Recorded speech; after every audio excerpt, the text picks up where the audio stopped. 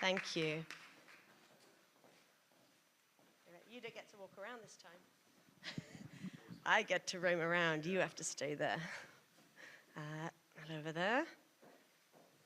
Ready to rock? Have you got the... Backwards. That goes forwards. I know. You have the pointer of power. That goes on. That goes on. Should go. Yeah. There you go. All right.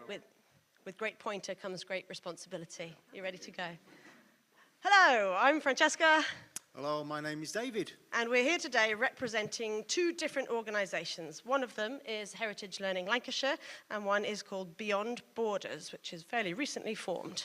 Heritage Learning Lancashire is a cultural arts and heritage organisation for Lancashire County Council's cultural services.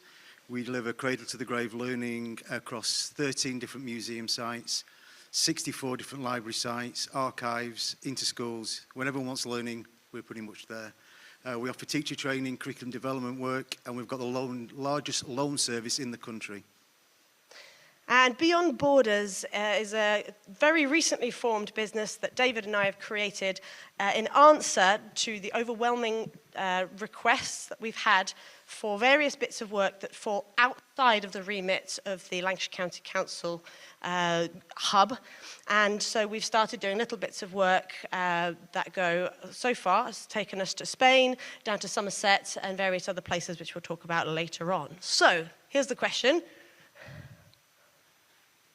Sometime today. It's pressed, it's done. It's moved on here. There you go. It's not going there. Who are we? So, David and I are... It's going on there. It's not coming here. Give me a moment. Terribly sorry.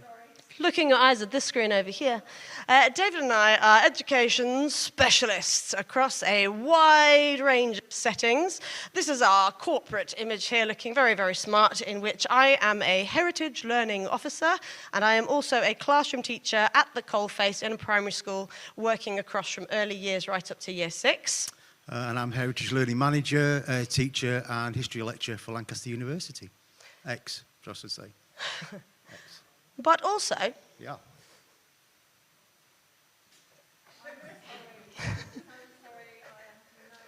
Yes! Yeah. Right, we've got this one. Yeah, I know. Well, you might have to just on that one. Let me just try one more time direct from your... No. Your stick. Buffering. Your stick.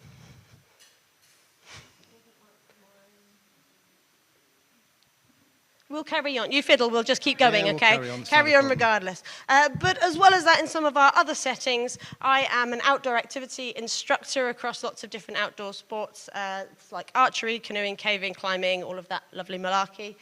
And I'm a forest school leader. Yeah, I'm a musician, martial arts instructor, and a coach for many, many different other sports. I've done it. I've tried. Hey, there we go. Hey, you've done it. When we were talking about rural communities and working in rural schools, so the majority, under Heritage Learning Lancashire, the majority of the schools we work with are in rural communities here. This is just a bit of a snapshot. Our hub also goes, oh no, that's it. So this is our main kind of hub here. And the majority of the primary schools we work in are based right up in the hills, in tiny little villages. And the map we've got here with all the little drop points on it is just a little snapshot of one project that we did with Folk Dance Remixed. When they said to us, when they came to do a project with us, they said, oh, we'll come up by train and we'll just use public transport to get around. And I said, no, you won't. This is the map of where you've got to get to. And most of the places we go to don't have train stations, and they certainly don't have a reliable bus service. Please, please, find a car. So they did, and once we went out to these rural settings, they went, now we see what you mean. So some of the barriers that we've encountered for these school settings, for them to be able to engage meaningfully with the arts, we discovered initially shown on this map.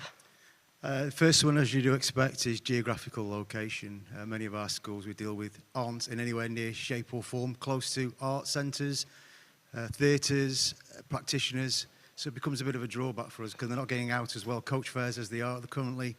Means they can't get out to any locations.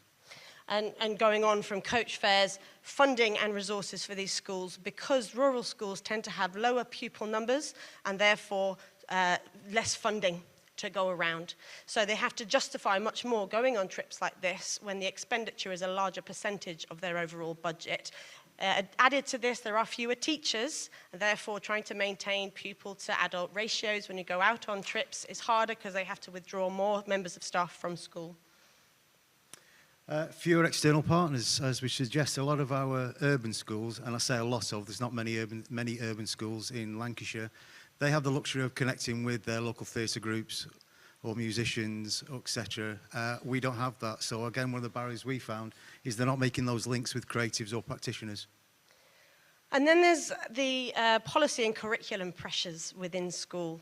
And anybody who's been involved in teaching and in the national curriculum will know in 2014, a charming individual changed the whole curriculum round and put the main priorities on maths, English and science. And humanities and arts subjects were just pushed right down, and unless you had a really progressive head teacher who was going to try and push the arts and use the arts in a really meaningful way across all of those other subjects, it means that there's more pressure on schools to highlight those subjects and put the other ones on the back burners. So it's been quite difficult to help schools justify doing arts, music, dance projects and show how well they can contribute to the other areas of the curriculum. And that fits in well with our cultural perceptions. A lot of our urban communities see the arts as valuable. A lot of our rurals don't, because they're not engaging with those creatives. They don't see it as a creative asset or a career. Many of them are are rural, and farming is the industry. So I'm going to take over the farm. I'm going to take over the agricultural side of things. So we're finding a lot of our urban schools have that connection. A lot of our rural schools don't, and they're not seeing it as an ambition to get into the cultural arts. So these are some of the ways that we've been trying to overcome these barriers. We do a lot of project work with primary schools, and you might see a familiar hat just here. This is the wonderful folk dance remix. If you have not seen or worked with these lovely people, please speak to Kerry and to Rachel. About the work that they do. They're a fabulous collective across the country of musicians and dancers across different folk traditions, and they came and did a week-long project with us in Lancashire where a class worked with them, or sometimes two classes together, for a full day. They learnt a different choreographed dance technique piece. They did some musical bits, they did some beatboxing, and they put it all together into a performance that they did at the end of the day. And the entire school was invited to watch along with the wider school community. So we talk about changing perceptions. We're inviting in governors, we're inviting in the parents, and we're showing them the value that their children are getting out of these experiences in school, and maybe showing that it is a viable way to get into careers and things like that. We offer these projects for free. They are funded projects, and we take the artists to them. So all the pressure is off school, and then they can use this as a brilliant learning hook to be able to continue doing similar projects further on. Yeah, and I got a lovely heart-shaped cheese as well, thank you very much. This is the wonderful Chris Fox. You may be aware of Chris. Yeah. Was that a happy face or a sad face? Because I'm not sure. Yeah. Yes, we think so. Yeah, he's a great friend of ours. We were asked many, many years ago to do some mentoring with Chris. We took Chris into our schools because Chris had a real hard time at school with dyslexia and ADHD. And found music and songwriting is the way that he actually overcame those and became a musician. He tried all sorts of things. He tried magic, juggling, model making, all sorts of things. But music was his way of being able to overcome those. So we took him into school on songwriting and shanty workshops and body percussion workshops as an inspiration.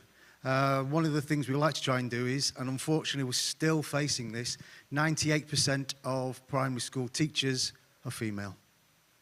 So what would, I know, yeah. So for us, it's taking in these positive role models, these guys that have a love of words, a love of poetry, a love of music, a love of writing songs. So Chris was an absolutely fantastic asset for us, and we'll work with him again in the future.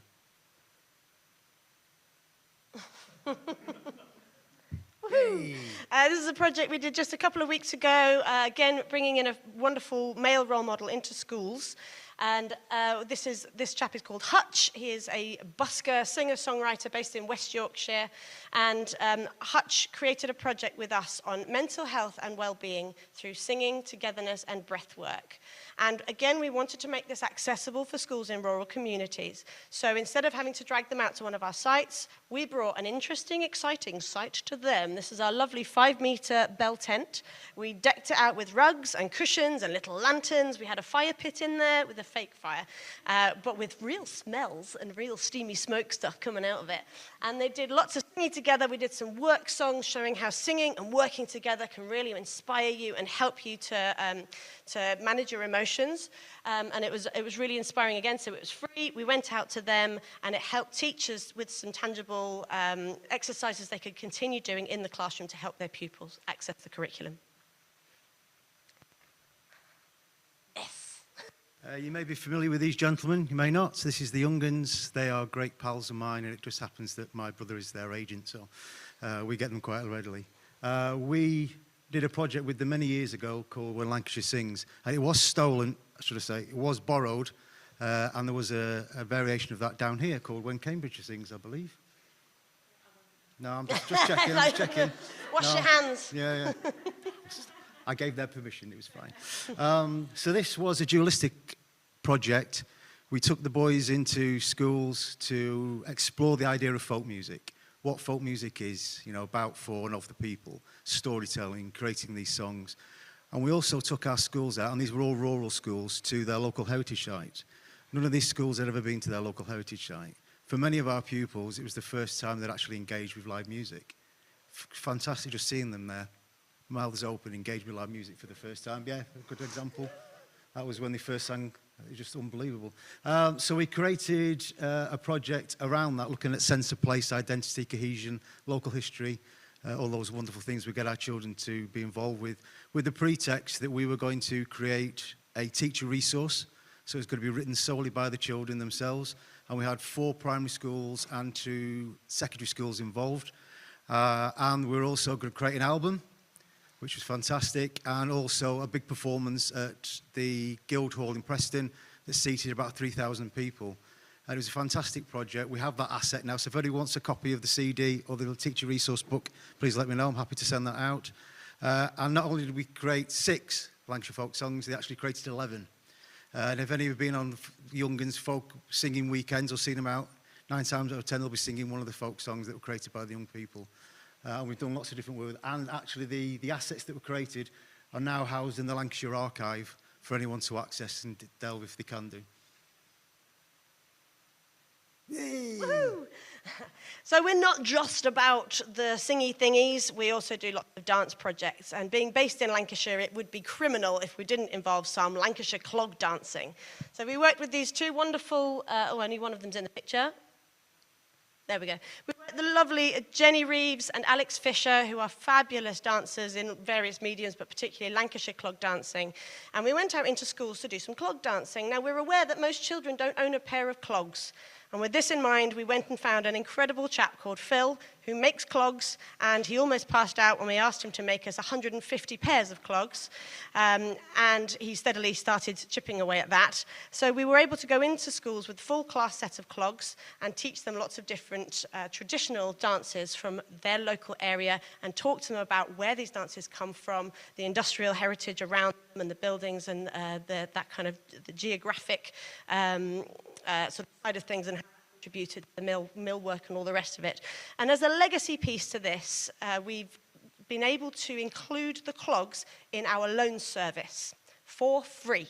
So any Lancashire school today can contact us and say, we'd like to borrow a class set of clogs, and we will send them out 50 pairs of clogs in various child sizes. And not only that, we've also created some free YouTube videos. This is, again, the lovely Jenny Reeves and Alex Fisher's on that one over there as well, teaching the different steps. So even teachers who don't feel confident themselves in being able to dance can learn with the children, and they can create their own choreographed piece. And that's the legacy of the project. It's getting out there digitally, it's maintaining it, keeping it free, keeping it easy, helping those teachers out with the resources. I think it's just bearing in mind that all of our school projects are all free. So we're making sure that there's no cost to schools at all. So if we need to get them out on a coach, we'll pay for that. We'll bring all of our creators in for free. So we're starting to tackle some of those issues, the barriers we had at the beginning. We're working with our rural schools. Like you do outcomes? Yeah, I mean, anybody involved in education will already have off the top of their head some of the brilliant outcomes you're going to get from that. So part of it is curriculum enrichment, not just that you can spread a nice range of art forms throughout the curriculum, but you can make cross-curricular approaches, so you can link any one of these art forms into the literacy curriculum, into maths, into science, geography, PE, everything. You can make all those connections. It will deepen their understanding. It makes lasting memories and a hook for all of that. For the children, it's the other soft skills that we do with all the projects. We do magic projects as well, storytelling, so it's increasing resilience, self-esteem, oracy, teamwork, collaboration, that sense of success from achieving something really meaningful. Do you want to do the next bit? No, we'll carry on. Oh, go on then. It's You're on a roll. showing that arts topics are viable career paths. We've got all these lovely role models coming in. I came from a place just like you. I struggled with dyslexia. I struggled with mental health. Look at where I am now. I am a professional musician, a professional dancer, doing all these things, and it helps to promote that impression of the arts and changing perceptions as we go with it kind of together. Ooh. So that was kind of a tiny snapshot of the work we do with Heritage Learning Lancashire. I think sorry, Francesca, going in there, just worth mentioning that we work on average with Heritage Learning with about 100,000 school children a year. So it's quite a big demographic we work with. Absolutely. So with Beyond Borders, we are just starting off. We are the Bambi of businesses, steady out on our wobbly legs. No, we've got all of that behind us and our backing with Heritage Learning Lancashire to move forward with Beyond Borders. And our first big project is with Beverley Folk Festival. We're looking at going out. Beverley somewhere near Hull, for anyone who doesn't know the north very well. And the Folk Festival is a kind of across the whole of the town and happens every year. We're going to be working in the first year with 3 different schools, and we're going to be taking them out into some of their local heritage and arts hubs. So they've got the Minster in Beverley, they've got library, archives, museum, gallery, and we'll take each of the schools out to a different one, and they're going to be pulling out the history, the stories, exploring the artifacts, exploring the architecture, and creating some sort of story based on that place, and working with a folk artist or artists to write a song about that place and about the stories that they discover, which they'll then get to perform live in public as part of Beverley Folk Festival, hopefully, possibly at the Minster itself. Looks that way. And this is a 3-year project we're looking at. So the future, where are we going? The picture here, this is the Beyond Borders staff meeting. It was really good. Now, these are just kind of the abstract things Francesca and I do. That was a UV puppet show for Halloween. And we got asked to go down to Shipton Mallet if we could perform a puppet show, which was great fun. Completely, anyway, won't go into that, but the kind of things we do. The Globe is, we're getting everywhere. With lots of inquiries, lots of interest from people all over the country and all over the world. We're going to Canada twice next year. Spain, I think, France, and various other bits and places. So we know what we're trying to do there and get out there is prudent and is of value. And the last 2 bits are yours. Yeah, these are 2 Canadian artists, who one of which is Luke Wallace. Please look him up. He is wonderful. He's an environmental activist. He's a singer, songwriter, public speaker. And we did a project with him just last week in schools, writing songs of protest, environmental issues, and we're hoping to do more work with him in the future, both in the UK but also over in Canada with some Canadian schools. This fabulous bunch here are from Newfoundland in Canada. They're called Rum Ragged, and they sing lots of songs about the history of Newfoundland and Labrador, and particularly the fishing and the fishing trade links. So we're plotting a project with them at the moment, working in some of our own fishing communities. We've got Fleetwood out on the coast near us, and then obviously Portsmouth and places like that. So we're hoping to get together with them and again do some work in the UK with them, some work in Canada, and hopefully if we get the whole Zoom lag issue sorted, sorry guys, then we might be able to twin schools in Fleetwood, for example, with schools in Newfoundland and do some collaborative work across the pond. So that's all from us. Yeah, And any if any of that was questions? interesting, useful, please do come and say hello and have a chat. And if there's anything you might like to hook up with us with, please do come and say hello. Yeah, we're always looking for partnerships and things. So if you have any interest, please look us up. Thank you very much. Thank you.